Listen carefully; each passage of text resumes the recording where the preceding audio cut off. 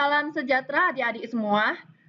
Hari ini kita akan mencoba sosialisasi pelaksanaan tugas akhir kepada adik-adik, di mana di awal kita rencanakan pelaksanaan sosialisasi ini di hall, dikarenakan adanya pandemi COVID-19, maka kita terpaksa melaksanakan sosialisasi ini melalui video ini. Nah, adik-adik, untuk yang semester 7 maupun non-semester, untuk syarat kelulusan adik-adik, maka adik-adik wajib menjalankan atau melaksanakan tugas akhir. Nah, untuk memenuhi persyaratan kelulusan tersebut, adik-adik harus membuat laporan tugas akhir atau yang kita ketahui, yang kita kenal tuh laporan dari bab 1 hingga bab 5 dan membuat ringkasan tugas akhir atau artikel ilmiah. Nah, jenis tugas akhir yang kita tawarkan itu ada dua, ada skripsi dan ada proyek. Untuk jalur skripsi biasanya ada dua model nih, ada yang model penelitian dengan ada model rekayasa sistem. Kalau model penelitian biasanya kita menguji hipotesis dan menjawab pertanyaan penelitian. Kalau model rekayasa sistem kita merancang atau mengembangkan sebuah sistem, produk, model, bisnis startup, maupun kombinasinya.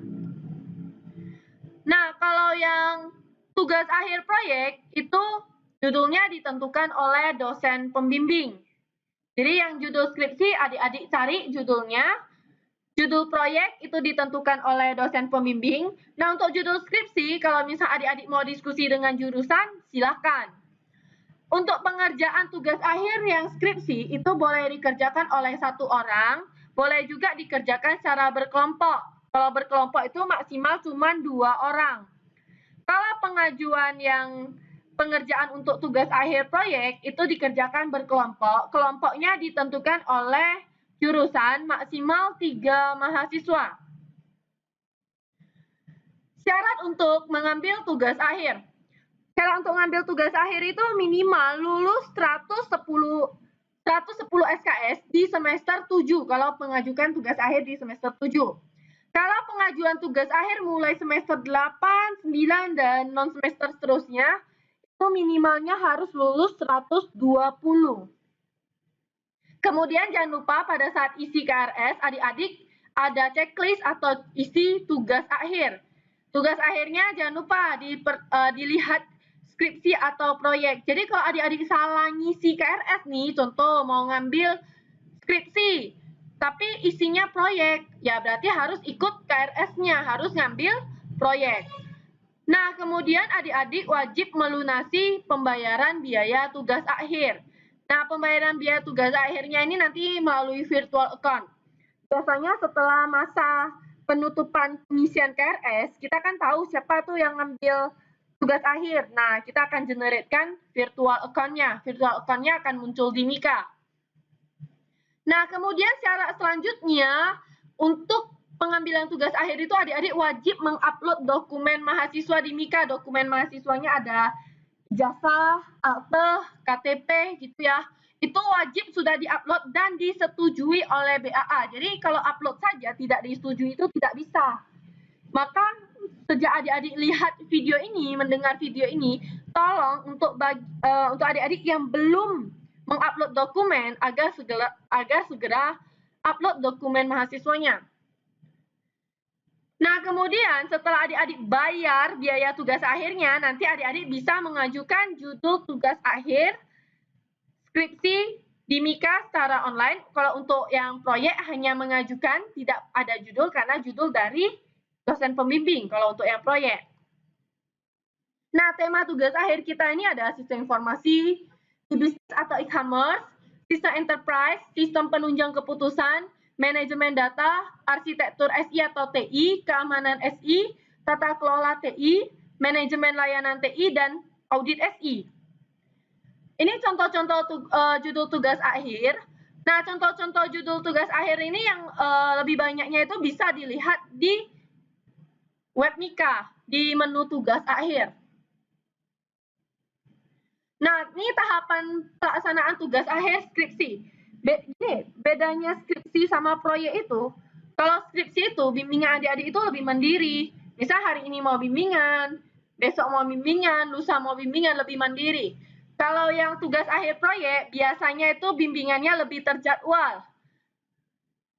Contohnya kalau tugas akhir proyek, kalau kita tentukan dari jurusan hari Senin jam 5 di ruangan kampus B T5L5, maka adik-adik harus datang.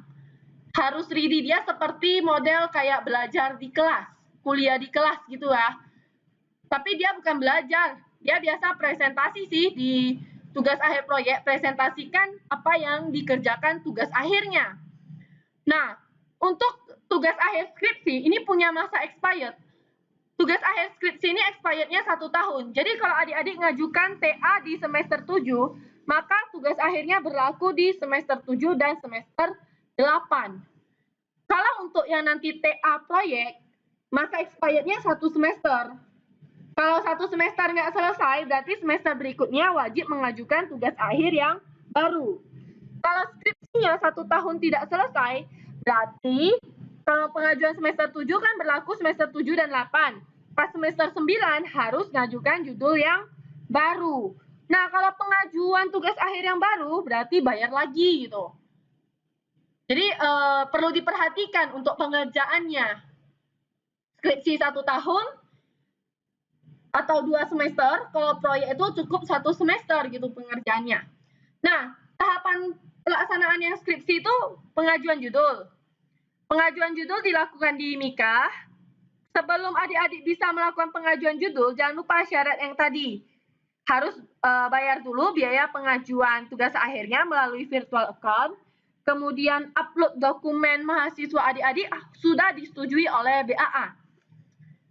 Nah, kemudian setelah adik-adik mengajukan judul, nanti Prodi akan melakukan penentuan dosen pembimbing, persetujuan judul dan penentuan dosen pembimbing. Nah, selanjutnya adik-adik bisa melihat, biasanya melihat dosen pembimbingnya di menu yang sama. Kalau sudah keluar siapa dosen pembimbingnya, adik-adik sudah bisa melakukan proses bimbingan. Nah, kalau nanti di liburan kali ini, adik-adik melakukan pengajuan judul, kemudian di liburan juga kita menyetujui judul, adik-adik sudah boleh memulai bimbingan sebelum bulan 9. Nah, bimbingan tuh adik-adik lakukan mulai pengerjaan dari bab 1 hingga bab 3. Kalau sudah sampai bab 3, kita akan melakukan tinjauan pra-ujian akhir. Tinjauan pra-ujian akhir ini dilakukan di Mika. File bab 1 hingga bab 3-nya diupload oleh dosen pembimbing satunya di Mika dan akan direview oleh dosen pembanding. Saran-saran dan masukan dari dosen pembanding, kemudian adik-adik diskusikan dengan dosen pembimbing dan lakukan revisi pada bab 1 hingga bab 3. Nah, setelah revisi bab 1 sampai bab 3, adik-adik boleh lanjutkan bimbingan, proses bimbingan bab 4, bab 5. Kalau sudah selesai sampai bab 5, adik-adik boleh mengajukan ujian akhir atau meja hijau. Nah, di ujian akhir ini nanti ada di review lagi sama dosen penguji dan dosen pembimbing. Kalau ada saran dan masukan setelah meja hijau, adik-adik melakukan perbaikan. Kalau sudah selesai melakukan perbaikan untuk laporan bab 1 sampai bab 5-nya, laporan tugas akhirnya, maka selanjutnya adik-adik menyusun artikel ilmiah. Masih ingat artikel ilmiah yang di sini? Untuk memenuhi persyaratan kelulusan, wajib buat laporan tugas akhir, bab 1 hingga bab 5. Setelah itu baru buat artikel ilmiahnya, ringkasan dari tugas akhirnya. Setelah itu, kalau udah selesai, sampai ringkasan, adik-adik dinyatakan lulus. Tahapan pelaksanaan tugas akhir proyek. Pendaftarannya di Mika. Setelah itu, Prodi akan menentukan dosen pembimbingnya dan jadwal kapan adik-adik melaksanakan bimbingan tugas akhir proyek. Nah, biasa ini bimbingannya terjadwal, ya seperti yang tadi saya katakan. Contohnya kalau ditentukan hari Senin jam 5, berarti adik-adik harus datang hari Senin jam 5. Kemudian, bimbingannya terjadwal dan ada presentasi, jadi setiap kali bimbingan itu adik-adik mempresentasikan apa yang dikerjakan di tugas akhir adik-adik. Nah, Untuk penentuan judul atau topiknya itu nanti dari dosen pembimbingnya. Kalau skripsi kan kita yang tentukan judulnya, kalau yang proyek dari dosen. Yang dilakukan di bimbingan itu sama, mengerjakan bab 1 hingga bab 3. Setelah selesai bab 3, maka adik-adik bisa melakukan tinjauan pra ujian akhir di MIKA. Dokumen bab 1 hingga bab 3-nya diupload oleh dosen pembimbing 1 di MIKA. Akan direview oleh dosen pembanding. Hasil reviewnya didiskusikan bimbingan lagi dengan dosen pembimbing. Nah, setelah perbaiki bab 1 hingga bab 3, lanjut bimbingan bab 4 dan bab 5. Kalau udah selesai, ujian akhir atau meja hijau. Nah, di meja hijau diuji oleh dosen penguji dan dosen pembanding. Kalau sudah selesai meja hijau, ada perbaikan, silakan perbaiki. Kemudian setelah itu susun, sama juga dengan yang tadi, susun ringkasan tugas akhir atau artikel ilmiah kalau udah selesai. Nah, kalau udah selesai susun sampai artikel ilmiah, Anda dinyatakan lulus gitu ya. Nah, oke. Selanjutnya tugas akhir yang skripsi. Nah, untuk jenis tugas akhir skripsi kan ada dua tuh modelnya. Ada yang model penelitian, ada yang model rekayasa sistem. Nah, untuk tugas akhir model penelitian itu wajib ada objek penelitian. Maksudnya itu contohnya perusahaan itu salah satu objek penelitian gitu. Kemudian ada sistem informasi yang diteliti. Jadi perusahaan itu ada pakai sistem informasi. Nah, yang judul penelitian ini yang biasa adik-adik ketahui itu contohnya seperti analisis kesuksesan penerapan portal akademik dengan menggunakan model Dellon and McLean pada PTX misalnya. Nah, selain model Dellon and McLean, mungkin adik-adik pada saat perkuliahan mengenal model lain seperti TAM dan lain-lain. Banyak yang model penelitian SI gitu. Yang biasa kita kalau lebih dikenal gini, yang bagi kuesioner, yang olah data, nah itu model yang penelitian gitu. Yang kedua itu ada model yang rekayasa sistem. Rekayasa sistem itu objek penelitian itu bersifat opsional, boleh ada, boleh enggak gitu. Kemudian dia punya metodologi pengembangan sistem informasi atau framework yang digunakan. Contohnya, adik-adik pernah dengar mungkin SDLC, FAST, RAD itu metodologi pengembangan sistem. Objek ini opsional, boleh ada, boleh enggak. Karena gini, bisa aja adik-adik punya ide startup. Nah, ini termasuk di rekayasa sistem. Terus contoh lainnya mau mengembangkan sistem informasi pembelian, penjualan, dan persediaan pada UDX misalnya. Nah, itu rekayasa sistem gitu. Di rekayasa sistem itu lebih ke mengembangkan produk, model, startup, dan sebagainya. Untuk laporan tugas akhir yang jenis penelitian, nah ini dia. Ada format laporannya dari bab 1 hingga bab 5. Bab 1 pendahuluan, bab 2 tinjauan pustaka dan pengembangan hipotesis, bab 3 metodologi penelitian, bab 4 hasil penelitian dan pembahasan, bab 5 kesimpulan dan saran. Kalau bagian atau isi laporan tugas akhir penelitian, ini isinya ini dia pecah bab 1-nya apa-apa aja, bab 2-nya apa-apa aja nih. Untuk tinjauan pustaka yang penelitian itu pastinya berisi mengenai variabel yang digunakan di dalam penelitian yang adik-adik lakukan. Kemudian hipotesis yang digunakan harus dilandaskan dari sebuah kerangka berpikir. Ada unsur kebaruan atau novelty pustaka acuan juga itu harus dipertimbangkan. Untuk pustaka acuan dari textbook, untuk pustaka acuan itu harus bisa berupa dari textbook dan minimum ada 5 artikel ilmiah. Khusus untuk artikel ilmiah itu wajib 5 tahun terakhir.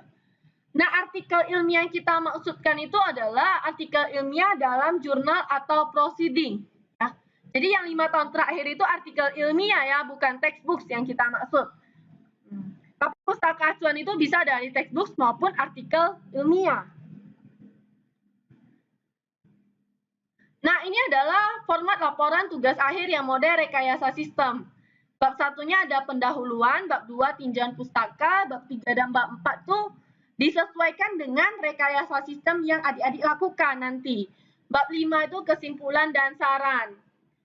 Ini bagian isi dari bab 1 dan bab 2-nya. Bab 1, bab 2, dan bab 5 ya. Oke, untuk tinjauan pustaka di model rekayasa sistem, itu berupa teori, konsep, hasil rancangan terdahulu, produk sistem model bisnis startup, yang mendukung bagaimana perancangan tersebut dilakukan dalam tugas akhir. Adanya unsur kebaruan atau novelty pustaka acuan juga harus dipertimbangkan. Kemudian pustaka acuan berupa textbooks dan artikel ilmiah. Khusus untuk artikel ilmiah ya, di sini artikel ilmiah perlu diketahui, bukan textbooks. Kalau pakai artikel ilmiah acuannya, wajib artikel ilmiah yang 5 tahun terakhir. Artikel ilmiah yang kita maksud itu biasanya adalah artikel ilmiah yang dimuat dalam jurnal ataupun proceeding. Nah, itu terkait yang skripsi. Kemudian selanjutnya, tugas akhir proyek. Proyek ini ingat ya, judulnya itu dari pembimbing. Tugas akhir proyek laporannya. Bab 1 pendahuluan, bab 2 landasan teori, bab 3 pelaksanaan, bab 4 hasil, bab 5 penutup. Isi dari laporan tugas akhir yang proyek. Nah, untuk keseluruhan nih, penulisan kutipan dan daftar pustaka, baik itu TA proyek maupun TA skripsi, kita menggunakan style dari IEEE, di mana cara penulisannya ya seperti yang adik-adik lihat ya, seperti ini ya, pakai kurung siku. Nah, untuk informasi detailnya, penjelasan tentang cara menulis daftar pustaka itu ada di panduan tugas akhir kita. Nanti saya kasih tahu gimana download panduan TA-nya. Nah, ini contoh cara penulisan daftar pustaka. Jadi kutipan di bab 2, bla bla bla bla bla, kemudian citasinya pakai kurung siku angka 1. Di pustakanya kita kasih tahu angka 1 itu kita kutip dari mana. Nah, ini ada panduan pengutipan. Panduan pengutipan ini kita mau menjelaskan, ada pengutipan langsung dan tidak langsung. Kalau pengutipan langsung itu, pengutipan langsung dari suatu karya ilmiah atau karya tulis adalah pengambilan secara tepat tanpa mengubah kalimat, kata, atau bentuk. Jadi apa yang dicantumkan di sana itu kita kutip bulat-bulat. Nah, ada pengutipan tidak langsung. Kalau pengutipan tidak langsung, kita ambil bagian inti atau ide pokoknya aja. Kemudian kita ubah pakai kalimat atau bentuk lain, pakai kata-kata kita sendiri, tapi inti atau dasarnya, maksudnya, isinya itu sama. Gitu. Baik itu pengutipan langsung maupun pengutipan tidak langsung, itu wajib menuliskan sumber yang diacu atau yang dikutip. Itu wajib. Jadi kalau kita ada baca misalnya dari textbook, jurnal orang, artikel ilmiah yang lain, kalau kita mau masukkan ke TA kita, wajib kita kasih citasinya. Nah, selanjutnya ada pelanggaran hak cipta. Pengutipan atau penyiaran kepada umum suatu karya tulis atau karya ilmiah dengan memuat atau mengambil sebagian karya tulis orang lain yang kemudian bagian tersebut menjadi bagian yang dominan dari karya ilmiah tersebut itu melanggar hak cipta. Kemudian pengutipan yang secara sengaja tidak mencantumkan sumber yang lengkap sesuai dengan pedoman penulisan karya ilmiah yang dijadikan pedoman oleh pengutip itu juga pelanggaran hak cipta. Kalau adanya terjadi pelanggaran hak cipta ataupun plagiat, maka kita akan kenakan sanksi sesuai dengan peraturan akademik. Nah, sanksi pelanggaran apabila dalam kurun waktu sebelum atau selama menempuh ujian akhir, setelah melalui proses pembuktian, ternyata laporan tugas akhir adik-adik dianggap tidak sah, maka tugas akhir tersebut dinyatakan batal dan mahasiswa harus menempuh tugas akhir mulai dari proses awal. Jadi kalau ketahuan ada pelanggaran, maka TA-nya dibatalkan dan ingat, harus mulai dari awal ya. Apabila laporan tugas akhir tersebut dibuktikan merupakan tiruan, jiplakan, gubahan dari laporan TA mahasiswa yang lain, atau artikel ilmiah lain, maka mahasiswa yang telah dinyatakan lulus, kalau adik-adik udah lulus terus ketahuan, maka gelarnya akan dibatalkan, gelar akademiknya akan dibatalkan ya. Untuk jalur penelitian, Dek, yang judul tugas akhir skripsi model penelitian, ada batasan-batasan untuk pengajuan. Yang penelitian ini kalau adik-adik yang masih ingat itu yang tadi kita cerita ada hipotesis, menguji hipotesis, kemudian ada model sistem informasinya gitu ya. Nah, jika modifikasi model, maka variabel-variabel yang sudah diteliti dari model yang sama itu tidak diperbolehkan lagi. Contoh, kalau kakak kelas sudah pernah mengajukan judul analisis pengaruh kualitas sistem, kualitas layanan, kualitas informasi terhadap kepuasan pengguna pada PTX, maka adik-adik nggak boleh lagi mengajukan dengan variabel yang sama, yaitu kualitas sistem, kualitas informasi, kualitas layanan terhadap kepuasan pengguna. Meskipun perusahaannya beda. Contoh kakak kelas ngajukan pada PTX, adik-adik ngajukan pada PTY, itu tidak boleh. Karena punya variabel yang sama. Nah, gimana cara tahu kalau variabelnya sudah pernah diteliti atau belum? Nah, adik-adik bisa melakukan pencarian di Mika, di menu tugas akhir. Nah, kalau adik-adik contoh mengetik kualitas sistem, di sana udah keluar apa saja variabel yang sudah akan keluar TA kalau ada keluar record kalau misalnya sudah pernah dikerjakan atau belum. Jadi adik-adik bisa cari di sana. Untuk yang jalur rekayasa sistem, nah sementara kita batasi nih untuk topik pengajuan yang bersifat administrasi akademik atau di bidang pendidikan, perpustakaan, koperasi simpan pinjam, dan lembaga keagamaan. 4 hal ini kita batasi tidak boleh diangkat di dalam tugas akhir.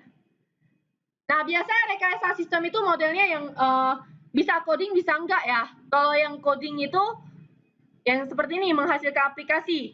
Judulnya pengembangan titik-titik. Kalau misalnya nggak sampai coding, boleh sampai desain, yaitu sampai merancang sistem. Judulnya itu biasa analisis dan perancangan titik-titik-titik. Jadi, contoh, saya mau ngajukan nih tugas akhir judulnya sistem informasi pembelian penjualan persediaan. Nah, kalau tidak mau coding, maka judulnya analisis dan perancangan sistem informasi pembelian, persediaan, dan penjualan pada PTX gitu. Kemudian boleh juga menghasilkan aplikasi, coding, sistemnya jadi. Judulnya pengembangan sistem informasi pembelian, persediaan, dan penjualan pada PTX gitu. Oh ya, di sini perlu diketahui ya, yang di jalur rekayasa sistem nggak mesti ada perusahaan, nggak mesti ada objek penelitiannya gitu. Tapi keempat hal ini nggak boleh lagi. Contoh adik-adik mau mengajukan judul sistem untuk perpustakaan, itu tidak boleh gitu, karena dibatasi. Oke, selanjutnya, nah ada pedoman tugas akhir. Kalau mau tahu pedoman pengajuan tugas akhir, itu ada di Mika, di bagian prosedur untuk pengajuan tugas akhir. Ini linknya. Kalau mau periksa judul tugas akhir, itu di Mika. Ada di menu tugas akhir. Untuk pedoman teknis penyusunan laporan tugas akhir, nah adik-adik, di sana pedoman penyusunan tugas akhirnya, kita bisa lihat kertas yang ditentukan apa, marginnya berapa, spasi, penomoran, dan sebagainya. Untuk panduan TA, bisa dilihat di webnya SI, web sistem informasi, nanti ada menu panduan, adik-adik klik, di sana ada panduan untuk tugas akhir. Harus di-download ya, harus di-download dan dibaca supaya bisa tahu. Nah, ini ada tanggal-tanggal tentatif, artinya belum fix ya, masih bisa berubah. Ini kita rencanakan untuk pembayaran pengajuan tugas akhir yang melalui virtual account. Setelah masa penutupan pengisian KRS, kita rencanakan Pembayaran tuh adik-adik lakukan di tanggal 27 Juli sampai 1 Agustus 2020. Kemudian setelah bayar, biasanya virtual account tuh kalau hari ini bayar, nggak hari ini dikonfirmasi gitu. Kita tunggulah sekitar 1 hari dikonfirmasi. Setelah dikonfirmasi, berarti adik-adik bisa mengajukan tugas akhir. Ajukan tugas akhir melalui menu pengajuan, kemudian pilih pengajuan tugas akhir. Pengajuan tugas akhir kita buka 27 Juli sampai 8 Agustus ya di lingkungan Prodi SI. Khusus untuk adik-adik yang mengajukan TA jalur skripsi, itu kan boleh 1 orang, boleh 2 orang ya. Jika 2 orang, cukup salah satu temannya aja yang mengajukan. Pas temannya mengajukan itu, jangan lupa input NIM teman satunya lagi, supaya mereka bisa sekelompok. Dan pas mau mengajukan NIM kawannya itu, mau masukkan NIM kawannya itu, berdua itu harus memenuhi persyaratan TA. Ada isi KRS, udah bayar virtual account, udah upload dokumen mahasiswa. Dan dokumen mahasiswanya disetujui ya, baru bisa ajukan TA. Khusus jalur proyek, mahasiswa ajukan secara individu. Nah, pengajuan judul kalian itu akan disetujui oleh program studi pada tanggal 10 sampai 15 Agustus. Status pengajuannya ini nanti kita akan keluarkan beserta dosen pembimbingnya. Bisa dilihat di Mika. Kalau udah disetujui, maka udah bisa melakukan bimbingan tugas akhir dengan dosen pembimbing. Kalau judulnya ditolak, silakan diskusi dengan program studi. Nah, untuk yang TA proyek, paling lambat kita umumkan 31 Agustus 2020. Bisa lihat di berita Mika ya. Nah, untuk tunjangan pra ujian akhir, yang bab 1 hingga bab 3, itu sudah bisa mulai dilakukan di 7 September dan paling lambat di 27 November 2020 untuk tinjauan pra ujian akhir semester ganjil. Kalau permohonan ujian akhir atau meja hijau di semester ganjil, 5 Oktober sampai 5 Februari 2021. Pelaksanaan ujian akhirnya atau meja hijaunya 25 Januari 2021 sampai 19 Februari 2021. Jadi untuk adik-adik yang pengen tamat 3,5 tahun nih, sekarang semester 6, semester depan semester 7. Kalau mau tamat 3,5 tahun, berarti bab 1 sampai bab 3-nya harus dilakukan tinjauan pra ujian akhir paling lama 27 November 2020. Kalau misal 27 November 2020 nggak bisa ACC sampai bab 3, bagaimana? Berarti lanjut ke semester genap yang skripsi. Kalau yang proyek 27 November 2020 kalau nggak ACC sampai bab 3, maka TA expired. TA expired, semester depan ajukan lagi yang baru dengan judul yang baru. Kalau pengajuan TA yang baru, wajib dengan judul yang baru ya. Nah, kalau permohonan ujian akhir atau meja hijau. Nah, adik-adik yang pengen 3,5 tahun, kalau udah tinjauan pra ujian akhir bab 1 sampai bab 3 di 27 November, kejar sampai bab 5-nya, paling lama ACC di 5 Februari 2021 supaya bisa tamat 3,5 tahun. Kalau nggak terkejar gimana yang ujian akhirnya? Nah, skripsi kan berlaku 2 semester, lanjut di semester genap. Ya, jadi tamat 3,5 tahun, tamat 4 tahun gitu. Nah, kemudian pelaksanaan meja hijaunya ya paling lama kita laksanakan di 19 Februari 2021. Ingat tanggal-tanggal ini sifatnya tentatif ya. Nah, adik-adik selanjutnya kita ada experience based program yang akan kita jalankan di prodi untuk mahasiswa semester 7. Yang pertama itu ada internship program. Yang kalian kenal itu dengan program magang ya. Program magang di semester 7 kita jalankan dalam waktu 6 bulan atau 1 semester. Tujuannya supaya mahasiswa memperoleh pengalaman secara terstruktur serta dapat menerapkan atau membandingkan pengetahuan dan keterampilan yang diperoleh semasa kuliah dengan kenyataan di industri. mahasiswa mampu menganalisis, mengembangkan, dan mengimplementasi ilmu, pengetahuan, dan keterampilan yang diperoleh di instansi tempat magang.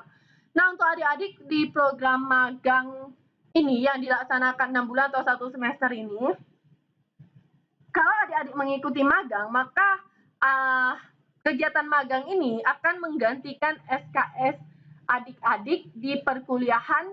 Kalau yang semester 7 berarti sebanyak 18 SKS. Jadi nggak usah ikut perkuliahan 18 SKS, adik-adik mengikuti program magang, kemudian nanti nilainya kita konversi.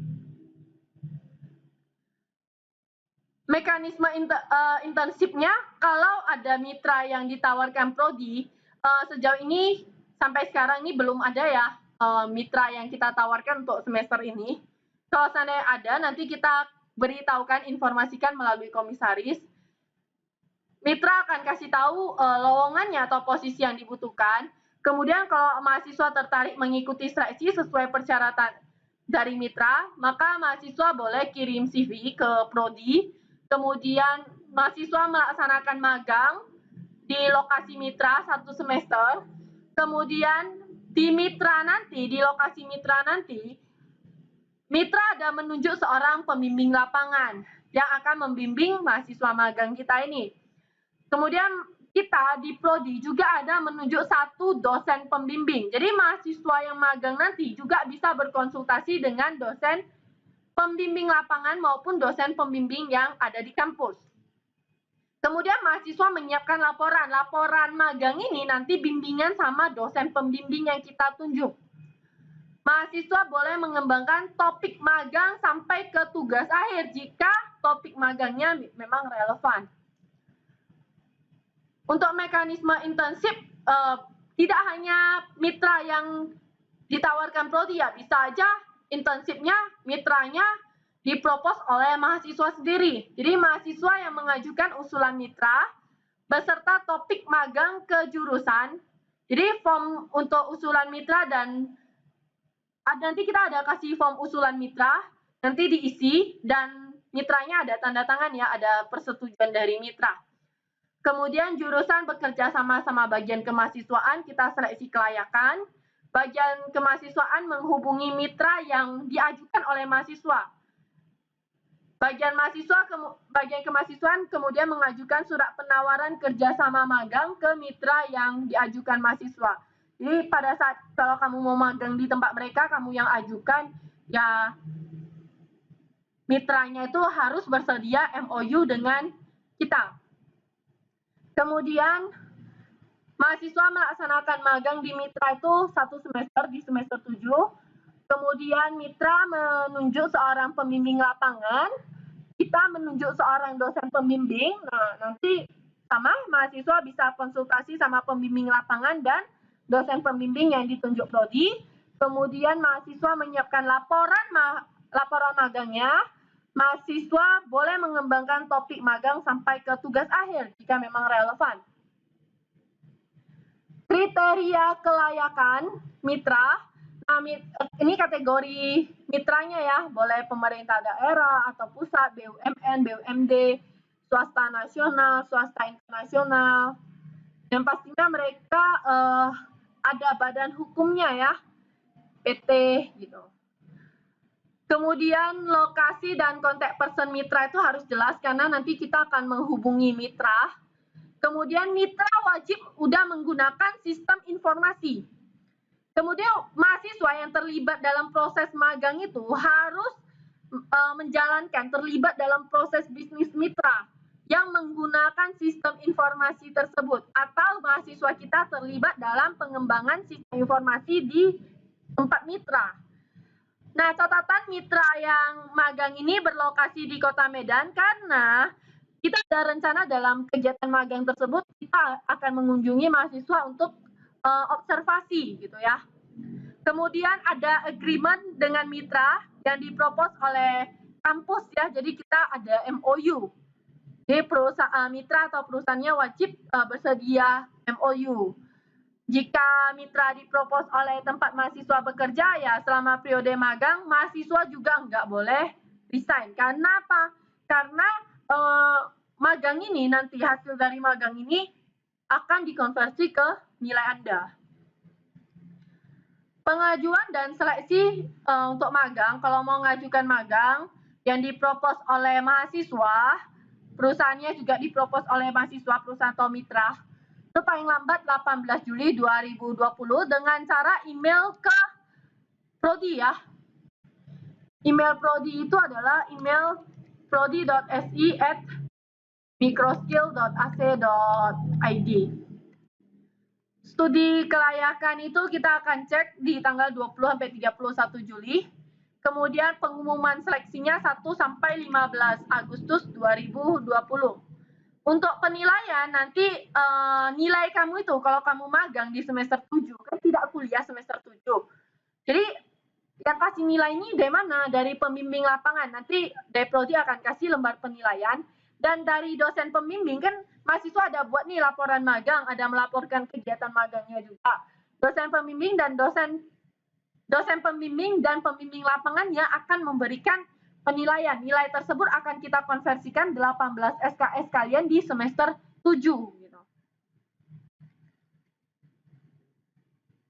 Untuk yang kedua, jadi internship program itu selain magang, ada satu lagi yang kita tawarkan, yaitu penelitian, research program, penumbukan budaya kolaborasi penelitian antara dosen sama mahasiswa.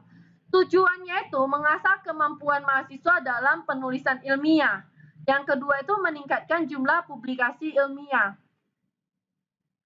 Mekanisme research-nya, dosen menawarkan dosen pada grup research-nya itu nanti menawarkan topik penelitian ke mahasiswa. Mahasiswa boleh diskusi dengan dosen terkait topik yang ditawarkan oleh dosen. Kemudian kalau mahasiswa dan dosen setuju melakukan penelitian, maka dosen mengajukan usulan topik dan mahasiswa ke prodi atau jurusan. Kemudian dosen berkolaborasi dengan mahasiswa mengerjakan penelitian mulai dari proposal sampai laporan akhir penelitian. Dosen dan mahasiswa kemudian mempublikasi hasil penelitiannya. Mahasiswa boleh mengembangkan topik penelitian sampai ke tugas akhir. Nah, mahasiswa yang riset di sini kita akan punya jadwal risetnya yang jadwal risetnya di lab programming. Jadi mahasiswa itu tiap hari itu datang ke lab programming untuk mengerjakan penelitian atau research. Karena mahasiswa kan tidak mengikuti perkuliahan di semester 7 karena mengikuti research gitu. Persyaratan dan penilaiannya. Persyaratannya kalau mau ikut research itu mahasiswanya IPK minimalnya 3,5. Kemudian nanti kalau penilaiannya ada penilaian dari laporan yang dibuat, artikel ilmiah, juga ada penilaian dari lab research. Penilaian dari lab research ini karena kamu kan tiap hari datang ke lab research untuk mengerjakan penelitian, jadi orang bagian lab research akan melakukan penilaian. Jadi intinya, Dek, kalau kita cerita untuk sosialisasi tugas akhir, intinya ada 2 jalur tugas akhir, skripsi dan proyek. Untuk skripsi sendiri boleh kamu ajukan judulnya model penelitian, boleh rekayasa sistem. Kalau nanti seterusnya mau diskusi silakan. Jadi untuk cerita tugas akhir itu tadi hanya sampai di masa ini ya, di slide ini yang tanggal-tanggal penting yang tentatif. Kalau experience based program itu nggak mesti ya, nggak wajib kamu ikuti, tapi kita menawarkan kepada kalian yang semester 7 bahwa jurusan ada 2 program experience based program. Ada yang pertama itu tadi magang, yang kedua itu ada tentang research ya. Ada tentang research. Jadi kalau misalnya kalian tertarik mengikuti magang atau research, kalian boleh mengikutinya, boleh mengajukan dan mengikutinya. Kemudian kalau Anda mengikuti magang atau research, Anda tidak perlu kuliah semester 7 atau kuliah di kelas semester 7. Jadi nilai semester 7 akan kita konversikan dari magang atau dari research program ini gitu. Demikian yang kami sampaikan. kami ucapkan terima kasih. Nanti jika ada yang mau didiskusikan, apalagi tentang tugas akhir, adik-adik boleh diskusi dengan jurusan ataupun dosen-dosen program studi sistem informasi terkait judul TA adik-adik. Terima kasih.